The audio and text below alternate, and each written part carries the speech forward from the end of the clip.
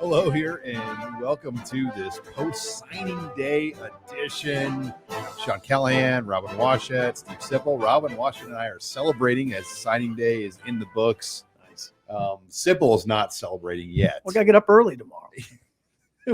But it's been quite a run. What do you got there, Robin? I'm just ripping a Monster. Monster. Oh, I went with the Coors Light twist off. It Yeah, is. Monster, that's not alcoholic. is it? No, Oh, so it's the opposite. Oh. Get you fired up, jacked up, dialed in. Remember when they used to sell the energy drinks with Oh. the alcohol in them? They had to get rid of them. But let's stay on track here. I don't Talk to remember. Four Locos. That's fine. Signing day in the books for Nebraska, and we're going to break down kind of everything we learned from Matt Rhule and the football program here as the Huskers added 28 recruits, 11 transfers, 39 total players. They're at 103 now on scholarship. That's the big elephant in the room that's going to be with us for several months. And you can put that on your bingo card that we've already talked about. The 103 players in scholarship is, we kind of joke when we talk about that a lot moving forward. But let's focus on just the numbers in general and what they did. And, I thought Matt Rhule, guys, was really impressive on signing day. And I mean, it's stuff you take for granted, but just like coming up prepared, organized, the details, the way he carries himself, the way he represents Nebraska. I think we knew Matt Rhule was going to be a good fit in a lot of ways, but I think a lot of the stuff we've seen so far, you're like, man, this guy is a lot better, at least right now at this stage of the game, than anyone could have probably predicted. Yeah. I mean, I always want a coach in there that carries himself and operates like a big time CEO, because that's what this program should have. It's that type of program. You know why. I don't have to go into all those reasons. And he definitely does that. I mean, he really fits that bill. I'm not saying anything about future win-loss record. I'm not saying he's the perfect coach or anything like that.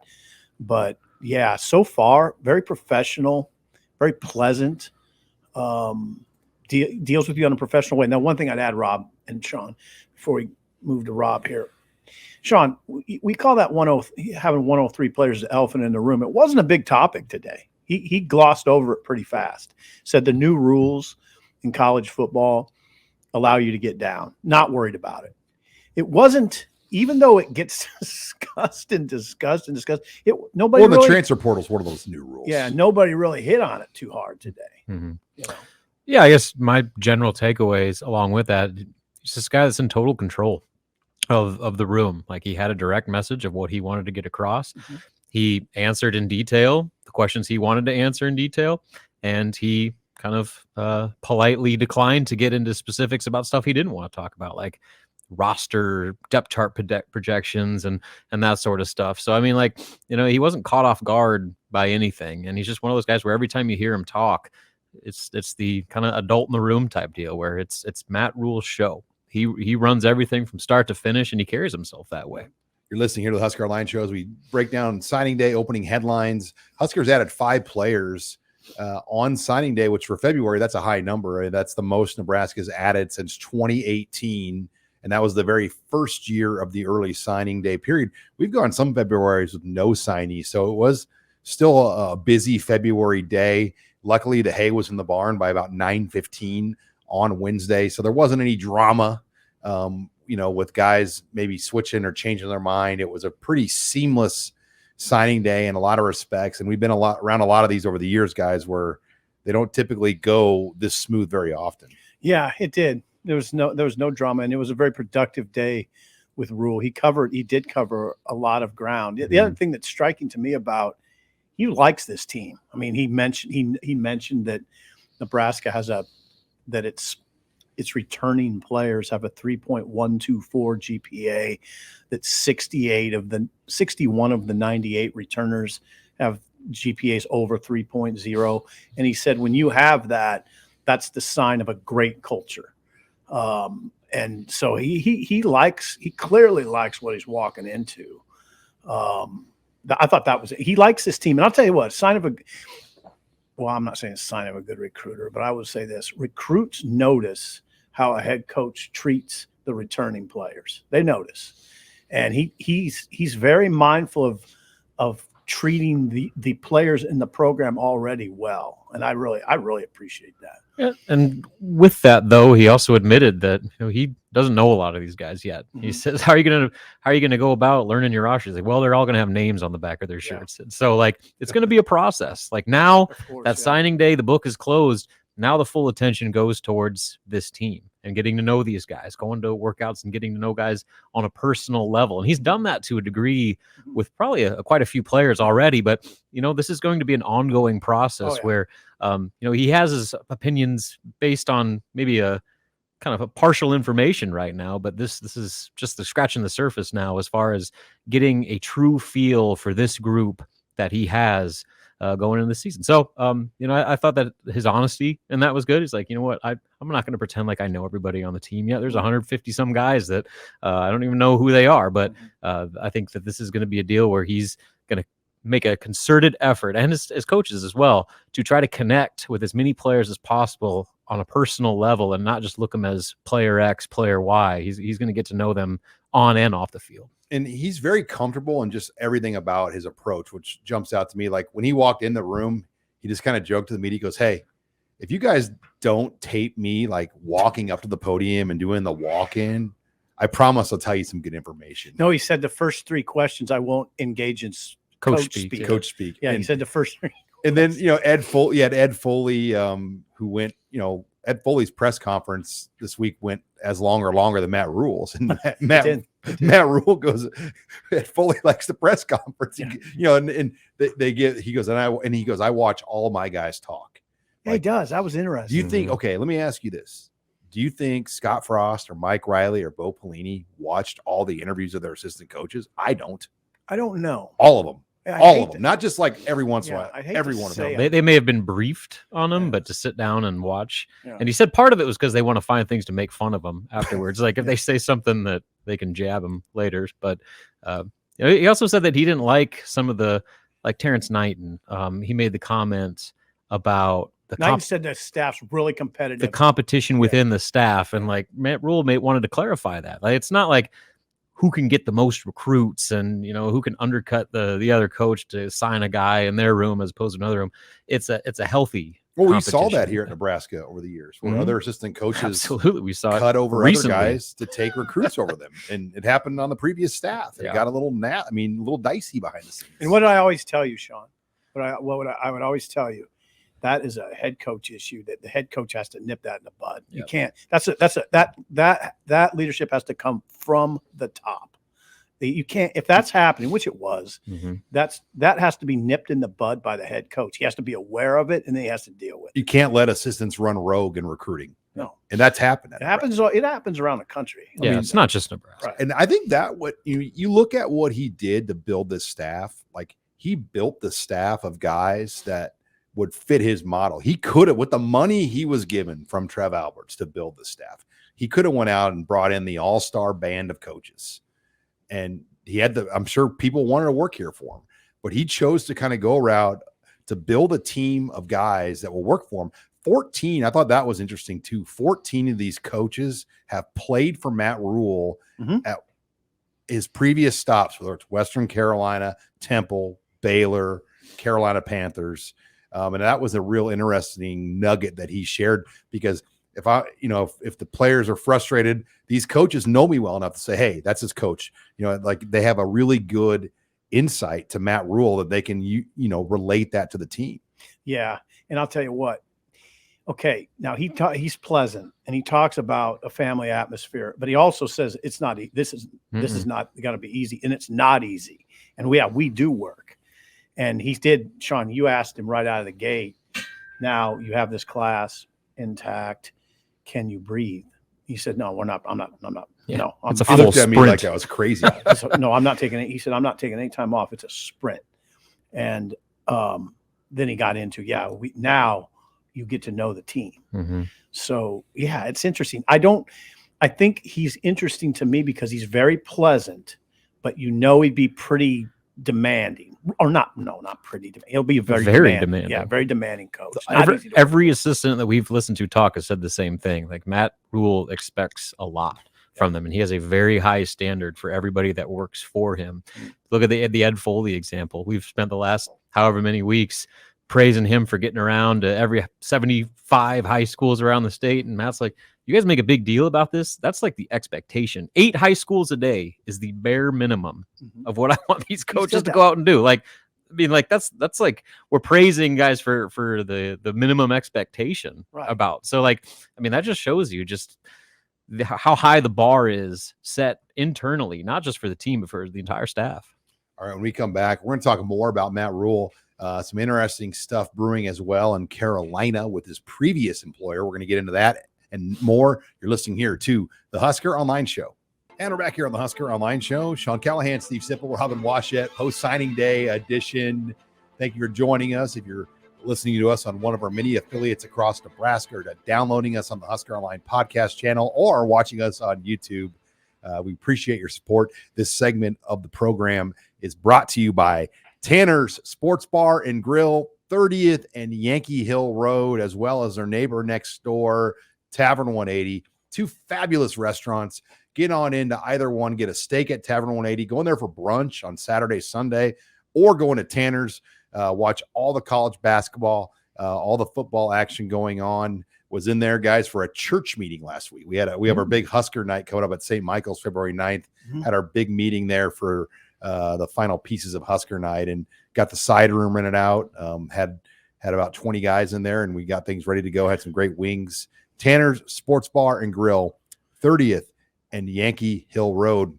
But I wanted to get into just what's going on with Matt Rhule.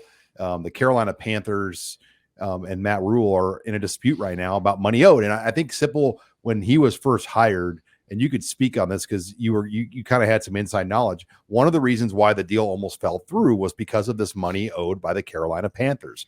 They don't want to pay Matt Rhule their end of the money. They want Nebraska to pay all of the money. Well, we thought at least that they had this thing figured out. Carolina was going to pay $12 million of the money owed, and Nebraska was going to pay 62 on a $74 million agreement. Good job. And Carolina is trying to say they're not going to pay all that money, that Nebraska is on the hook, and now it's got into the hands of the lawyers. And just through your knowledge of situations like this, how do you see this going? It's hard to say, Sean. What I think back to, Sean, is, first of all, remember what Trev Alberts said on November 28th, which I think was the day that he introduced Matt Rhule. He said that contract negotiations with Matt Rhule were a long, arduous process. And a lot of it was, Trev said, because it was a 3-way negotiation. It wasn't your typical, 2-way negotiation. It was 3. And now, so there's some fallout here. And I don't know how these things usually go, because I don't think they're very common. So I wouldn't want to speculate on that. Yeah. So basically the details are he's filing a arbitration suit against the Panthers for severance compensation. And now while that total of the offset pay he's claiming the Carolina Panthers owe him hasn't been specifically divulged, the contract would lead you to believe it's roughly about $5 million. So, I mean, that's a pretty good chunk of change right there that I guess we'll see how that goes. But that's kind of the gist of what he's dealing with right My now. question, though, is if the Carolina Panthers wrote that contract, why would they try to get out of it? I mean, they are the ones that agreed to the terms of the contract they owed him. And when you put a contract together, you understand that. And Nebraska, on their end, has done their best to give Matt Rhule fair pay, fair mitigated pay, where, the money will get up to a certain point in time. But, what are we talking about here? The Carolina wants to pay him 7 instead of the 12. I mean, is that really kind of the cliff notes of this? It's kind of what it seems like. I mean, there's very little details that I've seen about it outside of just kind of the general synopsis of what the suit is and roughly how much he says the Panthers owe him. What do you think, Sip? Anything else? Nope. Largely uninterested in it. Yeah. And Matt Rhule was asked about it. They're haggling over some money. For clarity, Matt Rhule was asked about it, and he politely declined. He says, I understand why you're asking, but I can't talk about it. So for me, that's That's it. All right, you're listening here to the Husker Online Show. Another thing that jumped out about Matt Rhule today on signing day were just his relationships and how they played a key factor in a lot of elements of building this roster. Number one, Fran Brown at Georgia, the 3 guys that he got insight on from the Bulldogs, and Matt Rhule didn't know they were going to get any of these guys. Right. It just worked itself out. But then Jake Peets also coached tight end Eric Gilbert. And so he was at LSU with Peets. Fran Brown was at Georgia with him. That was big. But then I thought the Jeff Nixon story with Xavier Betts was even more fascinating, because here you had Will Nixon from the recruiting class of 2020, the same recruiting class as Xavier Betts. So Jeff Nixon, a football coach by nature, who's worked with Matt Rhule for a better part of his career, very familiar with Xavier Betts because his son played in the same team, the same position, the same recruiting class. And he told Matt Rhule, you need to take Xavier Betts and bring this guy back onto the team. You know, you could be good for this young man, and it would be good for everybody to have Xavier Betts back in Nebraska. Yeah, Rhule does. You can tell, you understand listening to Rhule why he's a good recruiter. And he is. You can say he is. I mean, his work at Temple and Baylor speak for itself. And he is a very much relationships person. They're big to him. He takes time. He takes time to develop relationships. You can tell that's big. He's not a guy that's buried in his office all day long, looking at film. You can tell he's out. In fact, I mean, he's out watching tennis. The women's tennis team play. He's out he makes time for people, and his coaches pick up on that. He told that story about Scott Satterfield going by, was Aurora Jesuit. He wasn't going to stop there on his trip to Colorado to recruit, but he saw the high school, said, okay, I'm going to stop in. And they ended up signing the kid today from Aurora Jesuit, the corner. See what happens there? That's a guy, Satterfield, doing probably what happened there is Rhule rubbed off on him. And that's what happens with these guys. I think that's what kind of staff we got. And I'm gonna tell you something. There hasn't always been that here. We haven't always seen that at Nebraska. That's what Trev wanted. All of this is remember what Trev said the day he fired Scott Frost? One of the key attributes that he identified in what he wants in the next coach is what? A grinder. He's got a staff of grinders. He does. That's what he wanted. And it starts from the top. Yep. And Trev was in the back of the room. Did you notice him on signing day? I did not. Yeah. Very fly on the wall like Trev Really? Roberts. Yeah. Just sitting back, observing his head coach. Then he scooted out of there? Yeah. Okay. Interesting. Yeah, and they're not it's interesting. I'm paid to notice things I did not. This used to be obviously a big day of parties and celebrations, and there isn't anything going on. I mean, there's no, yes, Sean, they used to have those big dinners, those big elaborate dinners. That's not happening. Those things have just kind of fallen by the wayside, and that's everywhere. I listened to Full Ride on ESPNU, and they talked about how a lot of that's gone away. Why is that? December signing day. It's really hard to execute those parties in December because it's so close to Christmas. And, good point. And think about this year, what was going on.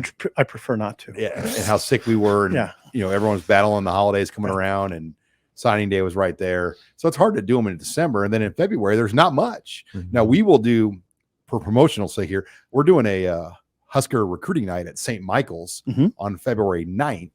Coming up, and the money for that, the proceeds are going to go to former Husker staffer Scott Johnston, who's battling Lou Gehrig's disease.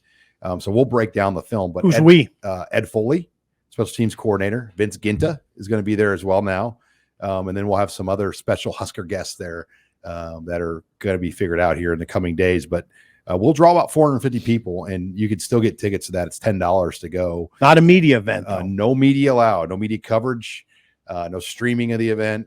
It's for the crowd in place and the fundraiser that night. So it should be a great night. We've done it now. This is our 10th year of the St. Michael's recruiting night. So looking forward to that. And those are a lot of fun. I mean, just Greg Peterson, our film guy, will put together a tape. And we got to get 39 guys on there. But we're going to keep the video to like 35 minutes. I mean, that's we're not going to be down there for 2 hours watching. It's a lot, but you can do it. Keep it short. But all right, when we come back, we're going to talk Nebraska basketball. The Huskers fell short at Illinois. They've got a tough stretch ahead. We'll hear more on that next. You're listening to the Husker Online Show. And we're back here on the Husker Online Show. Sean Callahan, Steve Sipple, Robin Washett, signing day in the books for Nebraska. Husker basketball season continuing on a tough path, losing on the road 72-56 at Illinois. Nebraska, though, did have a 50-48 lead with 12 minutes to play in that game, but the Illini went on a 24-6 run to finish it out as Brad Underwood's very talented team came to life when it mattered. Nebraska now 10-13, 3-9 in the Big 12. Robin Washett, Penn State coming in Sunday. Where do you think this team is at right now? They kind of are what they are at this point. They've tried about everything they possibly could do given their roster situation. They started their 7th different starting 5 of the season, throwing in redshirt freshman walk-on Sam Hoiberg into the starting lineup.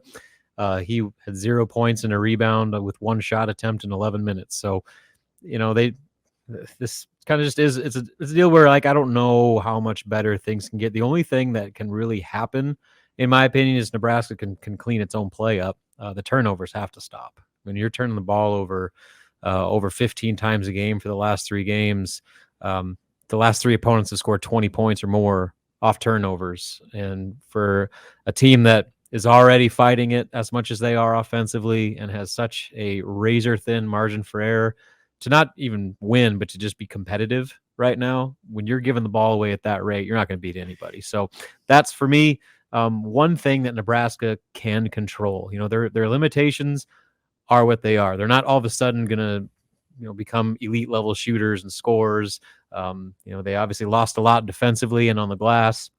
But what they can do is just play under control and not get, so caught up in the moment and make so many unforced errors that are costing them games right now. I mean, that game was tied with 10 minutes to go against Illinois. They had every opportunity to make that thing very interesting down the stretch, but they couldn't stay out of their own way. They kept giving away the ball, and Illinois took full advantage, and that was the difference in the game. Yeah, it would have been a hell of a trick for Nebraska to turn it over on 27% of its possessions and win a Big Ten game on the road. Yeah, it doesn't happen. It would no.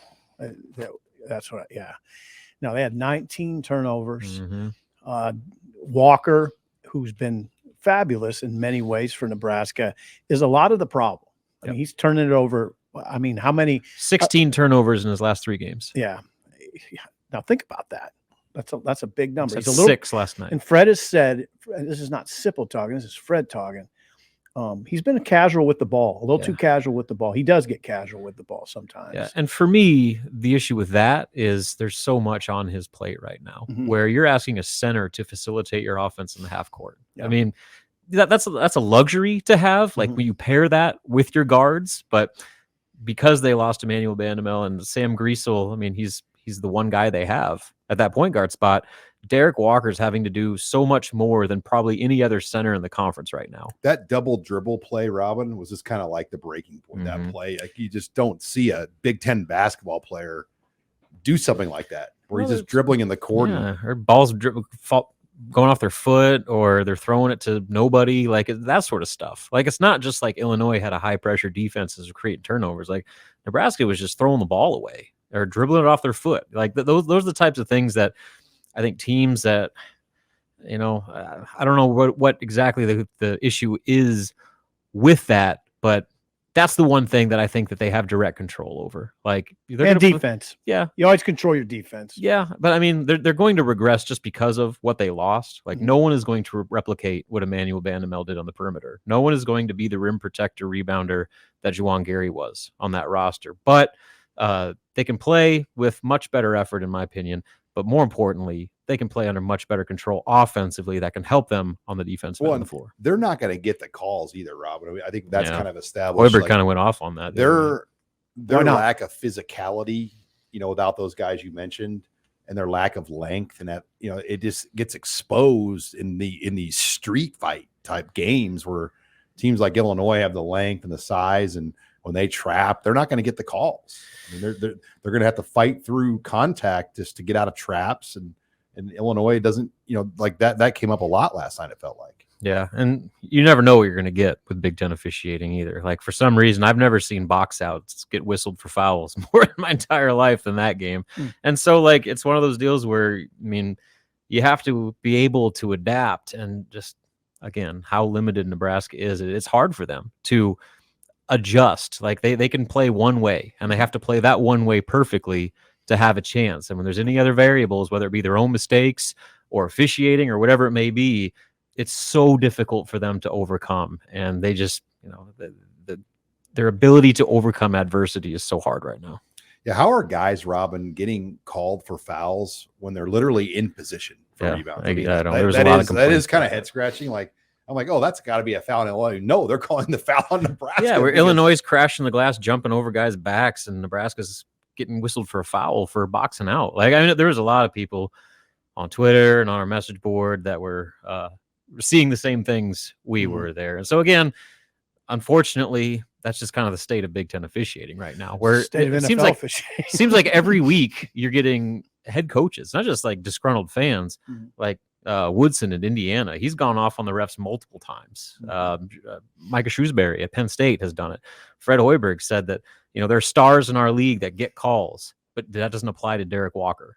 So it's like they're also seeing it. This isn't just some deal where it's just like fans trying to find excuses for why their team lost. Like, across the league, there's been a lot of vocal complaints about the inconsistency in how games are being officiated. And I think you want to talk big picture. Why does the Big Ten suck in the NCAA tournament every year? I think it's because how their games are officiated in the regular season, and then not translating into the tournament. Interesting. Then they get in foul trouble right away. And they don't know how to adjust. You're listening here to the Husker Online Show as we talk Nebraska basketball with Robin Washett. Penn State comes in on Sunday, Sunday afternoon, no NFL special going on. So it will be intriguing just to see the atmosphere, the crowd, kind of what the support level is going to be, knowing kind of the U-turn this season has taken the last couple of weeks. Yeah, I mean, we'll see. It's funny looking at Ken Palm rankings right now. Nebraska's only a slight underdog. I think they got out of the 3-point game. So, in theory, it shouldn't be some insurmountable task to beat Penn State. But Penn State plays really good offense. They're one of the best 3-point shooting teams in the conference, and they lit Nebraska up out in State College when they played the first time. So, again, is that a 15-point game? Yes, I believe so. But either way, Nebraska made it a game. No, it was 11. It was an 11-point game, 76-65. But to that point, like, this is a game that, again, if things go a very specific way for Nebraska, they should have every chance to win this game. Absolutely. But the odds of, all those factors coming into play, especially Nebraska staying out of its own way, we'll see if that can happen. All right, when we come back, we're going to bring in Abby Barmore. We'll take your post-signing day questions and more in the mailbag. You're listening here to the Husker Online Show. And we're back here on the Husker Online Show. Sean Callahan, Steve Sipple, Robin Washett. Let's bring in the fourth member of our team, the always well-liked, very popular Abby Barmore, joining us here on the Husker Online Show. Abby, welcome. Hello. What a great introduction. Was that cringy? No, that was my favorite one. That's that's the best one of all of them. Okay, nice. Well, mailbag time. A lot of questions after signing day. What are you going to lead us off with? All right, here we go. Of the players who signed today, who makes an immediate impact this next season? And I think let's keep this discussion to just non-transfers, because transfers is like easy. Like, I think we'd all be like MJ Sherman. Come on, who is it then? There's not many, Sean. Tristan Alvano for sure. Okay, the kicker. Yeah. And then you say for sure. What would Timmy Bleak wrote if he was sitting on that couch over there? What would he say to that? What would he say? Well, I think Alvano has got more leg talent, more ability, more athletic ability. Okay. I just think he's a better prospect. That's interesting analysis. I mean, you're projecting Alvano to be the starting kicker. I am.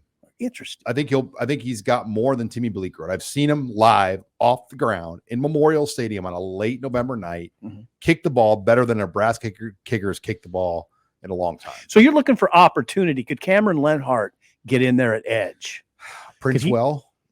Princewell. Or Riley Manpopple? Yeah. Could they work their way into an edge discussion?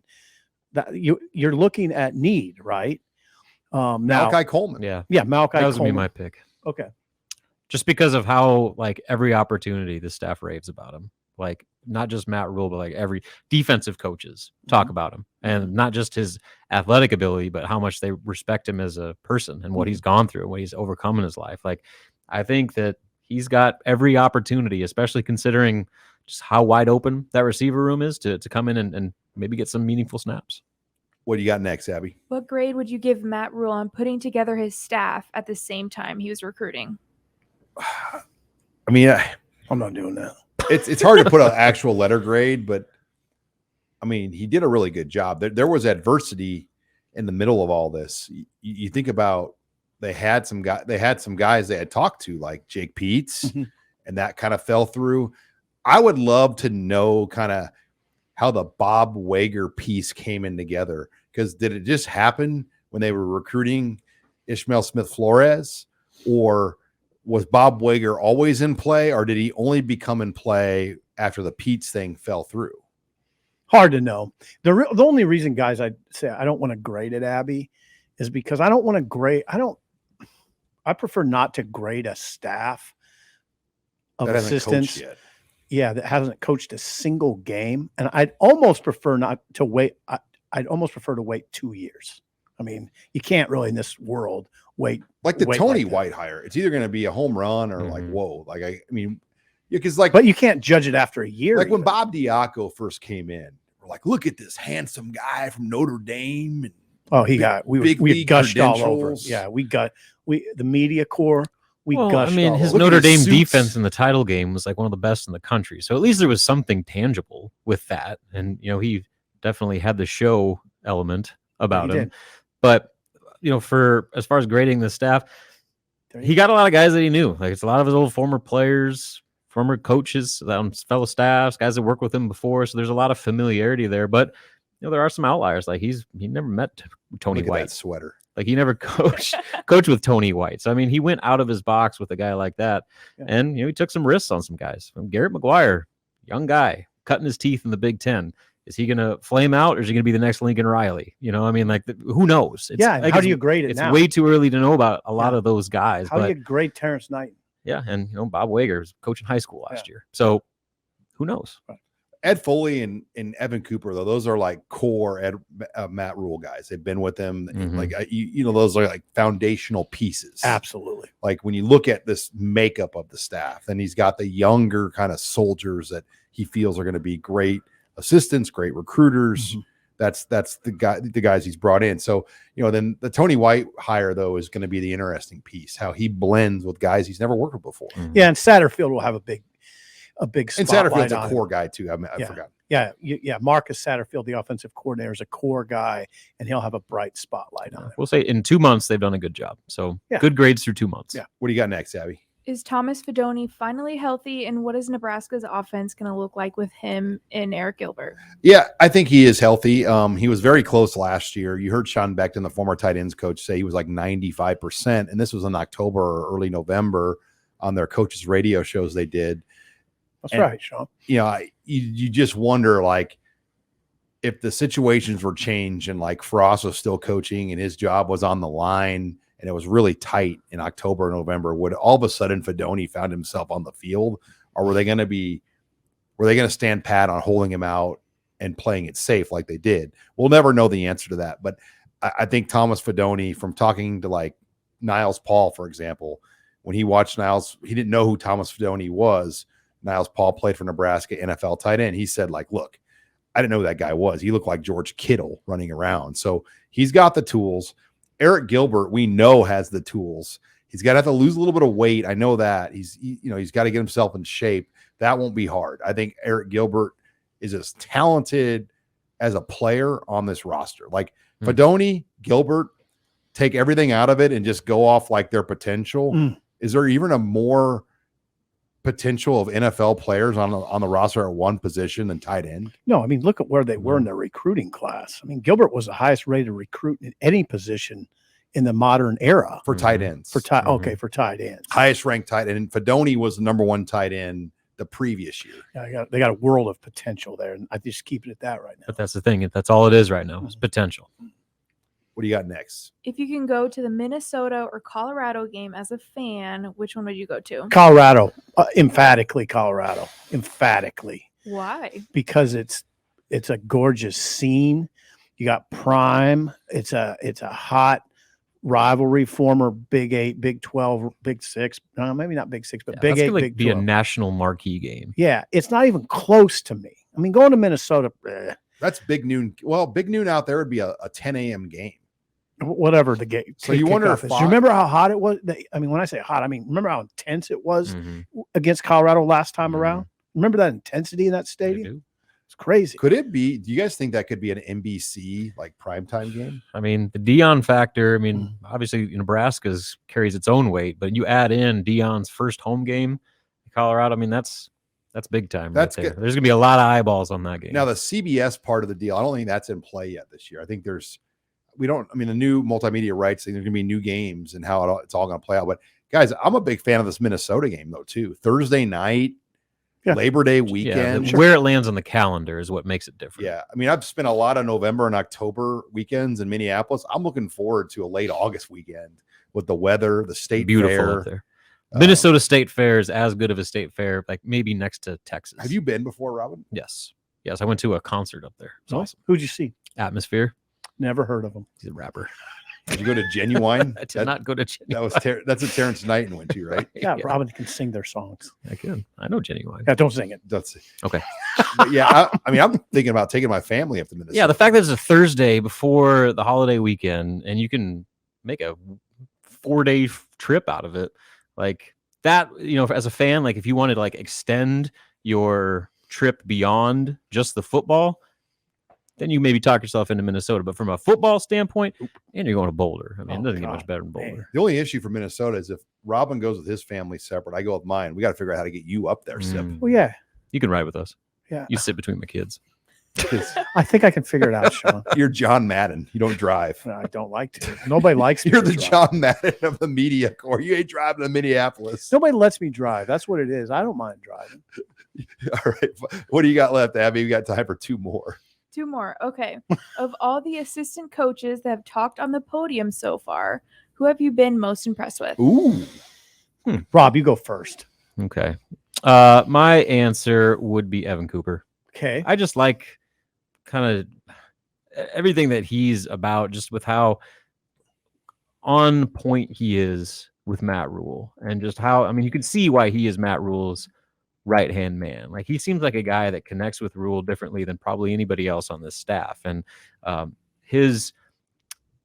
the excitement he has about recruiting and watching film and evaluating players and identifying diamonds in the rough, like, you could tell it's genuine. Like, that's something that he lives for. And so I think that I was just really impressed with his energy that he talked about, both with recruiting and then also with the coaching guys, and getting to know the guys he's inheriting in that room, and how excited he is to try and develop them. So I just kind of that youthful energy that he brings caught my attention.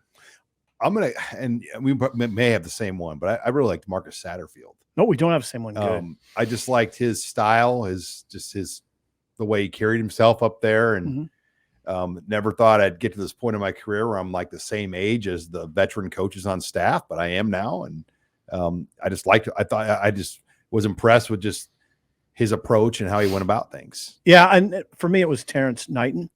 Yes. This week, I thought right away, he's a younger guy. He's 36 years old. He hasn't been in the business very, very long, but you guys notice he came in and commanded the room really well. You know why? Because he likes doing this. He likes the media element. Mm-hmm. He was telling Keith Mann that I think it was with the Broncos. Well, he was with Jacksonville and Denver. It could have been either one of those places, that the media corps voted him like the most personable interview, the best interview. And he likes it. He likes doing. You can tell he said he liked doing it. Mm-hmm. He went so far as to say, I look forward. I couldn't believe my ears when he said this. He said, "I look forward to getting to know you guys." We'll see. Be careful what see you what wish he's for saying there. in November. But yeah, that was nice it was nice to hear him say that. I just thought I could understand why he would be a good recruiter. I mean, you can see him in any type of living room, any type of setting, being very comfortable. I was really struck by Terrence Knighton. EJ Barthel, I forgot about him. I mean, he was really good too. I mean, he cried on the Yeah, he was podium. tearing up about his former players. Yeah. I think something to be said for that. So yeah, lots there. All right, final question, Abby Barmore in the mailbag. What are we closing the show down with?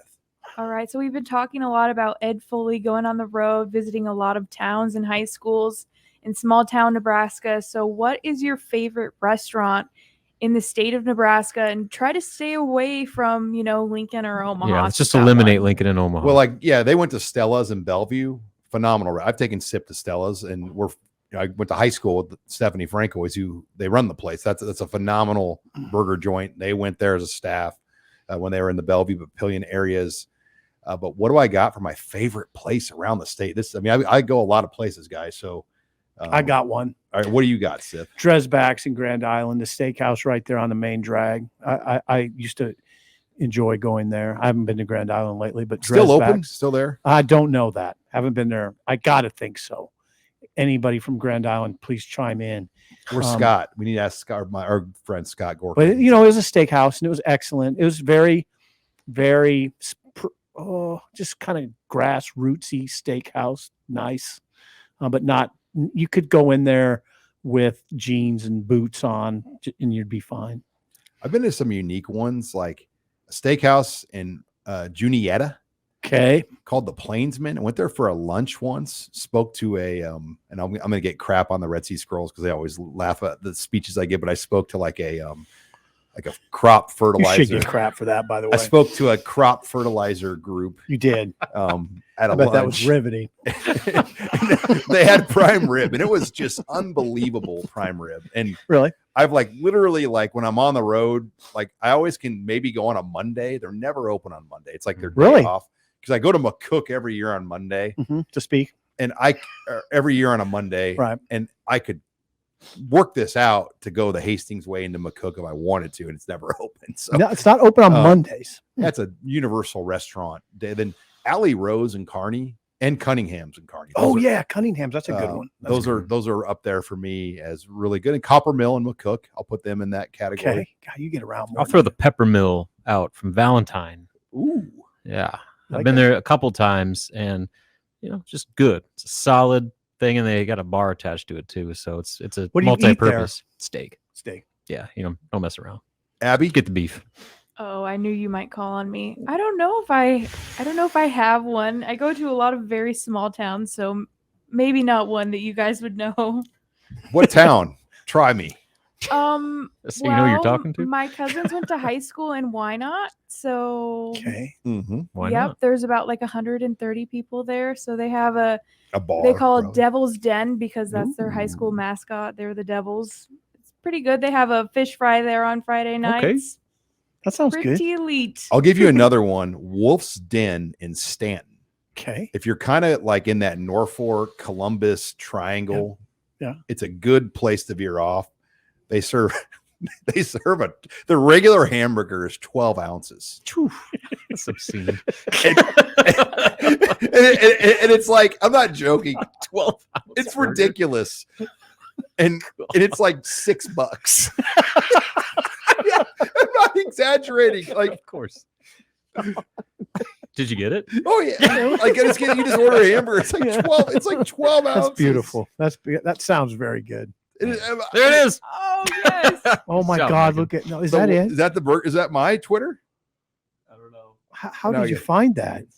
Yeah, is that the Wolf's Den in Stanton? Yep. God, that looks fabulous. That's like a triple. I mean, that's not the Okay. regular. And they do handmade. Those are the regular. They do handmade curly fries. Really good place. That sounds great, Sean. That Oh, you could do your own I'm getting podcast hungry. on this. I've been around. I've been Good around. question. All right. We come back. We're going to close with some final thoughts on Big Ten recruiting and what's next for Nebraska. You're listening here to the Husker Online Show. Final segment here of the Husker Online Show, post-signing day edition. Sean Callahan, Steve Sipple, Robin Washut. Thanks again to Abby Barmer for joining us here earlier with the mailbag. But guys, I want to go just down the rankings of the Big Ten, where Nebraska finished. Just outside the top 30 in the On3 consensus rankings. They had been holding strong at 28. I think I've seen them as high as 26. And I really like the consensus because it brings all 4 rating services into one. Everybody gets a 25% slice of the pie, Yep. where in comparison, the 24/7 composite, 2/3 of that actually slants towards their ranking. And I'm not sure On3 is even included in there. So what we have with this consensus ranking is a really accurate snapshot. Nebraska, just outside the top 30. They had as many signees, though, as anybody in the country. Nebraska with 28. Oregon had 30. Alabama had 28. Nebraska had 28. So Nebraska had the second most, or was tied for the second most for Power 5 in the Big Ten. When you break down kind of where Nebraska fell in the Big Ten, they were 5th. And let me say, there's quite a gap. Ohio State is far and away the number 1 class in the conference. They had a 93.403 average. Then Penn State was a 91.62. Michigan an 89.67. Michigan State had a good class as well, 88.839. Then Nebraska at 88.004. So Nebraska right there at number 5, and clearly number 5. Iowa about a point, 1.2 points, or about 2 points lower than Nebraska in the rankings when you look at where Iowa was. I think Nebraska fans feel good. The ones who follow this, they should. To come in when Rhule did and get this all in order. You guys have talked a lot about it. It's impressive, and it is. I don't mind saying it. I don't think people want to hear a lot of praise being heaped on Nebraska coaches at this point. A lot of that has been done over the years. People were kind of jaded. There's a lot of cynicism. But I mean, come on. At this point, these guys have done I'd say a very good job. Well, think about what they've had to do and the circumstances they've done it in, where they take over a program that's been the bottom of the barrel for a long time now, where recruiting nationally at Nebraska ain't as easy as it used to be. And for them to come in and in 2 months assemble a borderline top 30 recruiting class with 4 4-stars, I mean, that's pretty good. And that's not even counting the transfers they got. So, I mean, again, when we praise the job these guys have done, it's all in the context of the current situation, where in the 2 months that we've had to analyze the work of this staff, there's been a lot of positives. And this the kind of bow on the recruiting class, I think, is right up there as one of the top reasons for that. Guys, Michigan State, though, you look at what they did. They only signed 16 guys. 8 of them were consensus 4-stars. Wow. Yep. That's as many as Michigan. Mel Tucker put together a good class, but Ohio State's at a different level. 19 4-stars. Penn State had 15. Michigan has 8. Michigan State 8. And then Nebraska 4. See, here's the thing about that. Oh God, I mean, this is kind of a cliche conversation, but that divide in college football is not great for anybody. You know, it's funny, Rob, Sean, if I ask you guys, hey, who do you think the top 4 teams in the country are next year? You even have to really think about it. No. I mean, you just have to think about the order a little bit, but what are you going to do? Georgia, right? Alabama, right? Ohio State, right? Michigan. Maybe Michigan. Clemson. Then what? Oklahoma. Maybe Oklahoma, but I mean, it's USC. Yeah, USC. It's the same teams all the time. Now, Florida State has caught a little bit of fire under Mike Norvell, and I saw in Schlabach's way too early ratings they were 3rd, or 4th. They're top 5. So there's teams that can break into there, but that Ohio State gap. I mean, what do you do? I mean, here's the thing, guys. Rhule has to think about that. Matt Rhule has to think about that, and he has to think about how these national titles, these national titleists are concentrated in the South and really the Southeast. And this is what the playoff era has to think about shown us. In the non-playoff era, Ohio State, with far less talent, can beat Miami in a 1-game all scenario championship game. Ohio State. 2002. Oh, yeah. Nebraska, as a 17.5-point dog against an absolutely loaded Florida State team in 1993, can win that game almost. But when you go to a playoff and you got to win 2-3 games, TCU, Georgia, you know, perfect example. That was a national championship game, and it wasn't even remotely competitive. 65-7. I mean, it was the biggest blowout in those rankings history. Play out in a playoff. Yeah, that's what I like. You can win 1 game with a month to prepare. Yeah. But to win the 2nd and the 3rd game against, and it's all about the Jimmies and Joes. And in less time to prepare, talent wins out. Oh God, yes. And we saw that where, I think Michigan was the better team. I mean, I know we'll argue about this, but I thought Michigan had more talent than TCU. But TCU, I agree with you on TCU but Ohio State had equitable talent to Georgia. Absolutely. And they should have probably won that game. They had every chance to win. Oh, you know, they got to be sick still. Ohio State after what? Ohio State, I think, would have rolled TCU as well. Yeah, right. There's That's why clearly they a sick. gap between TCU and those other teams. I And, Michigan, I agree with you. It's that month of prep, and Michigan made a lot of mistakes. Their goal line play calling was atrocious. So it's like Boise State beating Oklahoma when Adrian Peterson was at Oklahoma. Yeah, if they had to go and turn around and do it again and play another one of those teams, like you can do it in one game, but a playoff exposes. All right. Well, what's next for Nebraska, guys? So the coaches are back. It's a dead period. They can't go on the road again and for recruiting until April. What's really going to be going on now is winter workouts. There's about 6 more weeks left of winter workouts before spring break. The coaching staff can go watch these workouts. So this Monday for a lot of programs everywhere was kind of the first day coaches went to go watch their teams work out. You're going to see Matt Rhule and his staff in that office every day at 5 a.m. down there watching those guys work out. They can watch. Can they coach? Observe. Yeah. You're limited in what you can get involved with. I think you can do some things in film room and other, I think it's called the 20-hour rule, and X amount of those hours can be like meetings and film time and other things. But there's going to be a lot going on behind the curtain the next few weeks. Yeah. And I'm going to tell you something. These are rugged workouts. Mm-hmm. There'll mat be drills. A little bit. Yes. And you thought they were like wrestling mats. I didn't know. I wondered. Did they wrestle? Well, do they get on a mat? I don't know. Anyway, they're going to have guys fight for their position. Yeah. You fight him, and the winner keeps their job. Just bare knuckle. Wouldn't you call this a? All right, a little bit of a weeding out process.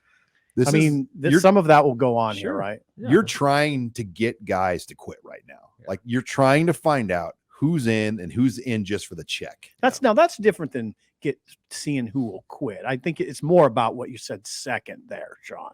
I think it's more about seeing who's in, and some guys won't be in. And who's in for the shoes, the gear, and the amenities versus like the work that Matt Rhule and these guys.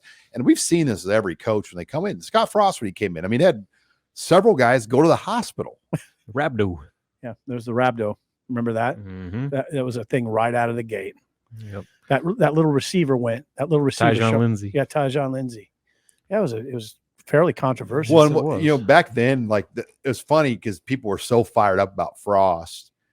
When I gave speeches around the state that winter, like people like chuckled that guys were like in the hospital from workouts. They were like, "Good, them boys need that." Sissy Riley workouts. I mean, it was just so funny, the narrative. I mean, you had guys literally like in the hospital for serious conditioning things. Mm-hmm. I think it was Terrence Knighton was talking about, the coaches being down there and watching workouts. He said that they could tell guys are nervous. Like the intensity has picked up a little bit this week with the coaches now. I mean, there's face-to-face, like actual work being done. It's not just meetings and I'll talk. Like there's action now. That's and intense. I think that's raised the bar a little bit, which can only be a good thing. And I was told the first workout the coaches were down there, like guys messed up a lot and were nervous just because I mean, everyone knows what that scholarship chart says. It says 103 right now. Everybody knows there's only 85 seats on the bus. Guess what? There's going to be 18 guys off that bus. Yeah, but like Rhule said today, new rules in college football take care of a lot of it. If you don't want to play football or leave Nebraska, yeah. And Sean, like you've mentioned too, there's guys that can with NIL, like they can get scholarship type of that's part of it, pay or whatever you want to call it. But they call it pay. It's fine. Yeah, I mean there were starters last year. But if they don't want them on the roster, right? Is the collective going to just offer to pay their scholarships? Probably not. Probably not. Not. So yeah, it will get dicey with kind of the next few weeks. You also heard Matt Rhule say Tom Osborne is going to be the keynote speaker at the coaches clinic. I think Matt Rhule has gone out of his way to make sure he gets in front of the Osborne situation and embraces him, has him in the program. I don't think it's a situation. No, but I go back to like the Callahan era. But Okay. Osborne was in the middle of being a congressman, so it was kind of hard for him to get here anyway. Yeah, I don't think why wouldn't it just be Rhule respects Tom Osborne and wants him to speak at the clinic? It doesn't have to be a political move, right? No, That's all I'm but everything here is political. Yeah, I mean, there's the old guard that is a bit dismissive of Matt Rhule because he's an outsider. Where they had guys that were one of their own that are no longer here, and they wanted him here, and now by embracing the most legendary figure in Nebraska football, I think that's a good way to maybe mend those bridges a little bit. I suppose it could be that. And I just For the fans and for those former players. I just wonder if it's Matt Rhule has a lot of respect for Tom, and I want him to speak at my event. First clinic. Yeah, my first clinic. I don't know if it's a political move. I'd like to think it's not. I hope down the road Matt Rhule gets Zach Taylor to speak at one of his clinics. Oh, that'd be awesome. Sweet. Like Zach, Yeah. and Zach would. That do would be it. awesome. And that will happen. I think it will down the road. Yeah, Should. it should happen down That'd the be road. great. Yeah. But all right, guys. Well, that wraps it up. Great show. Lots of great coverage on HuskerOnline.com as well from signing day. So make sure you check us out. $29.99 gets you access to the site all the way until August 31st. So make sure you check out HuskerOnline.com. And also make sure we'll have a show later this week. We're going to be joined by Matt Rhule on the Husker Online headline show that drops Thursdays. He'll join Sip and I. So make sure you log on to catch that as well.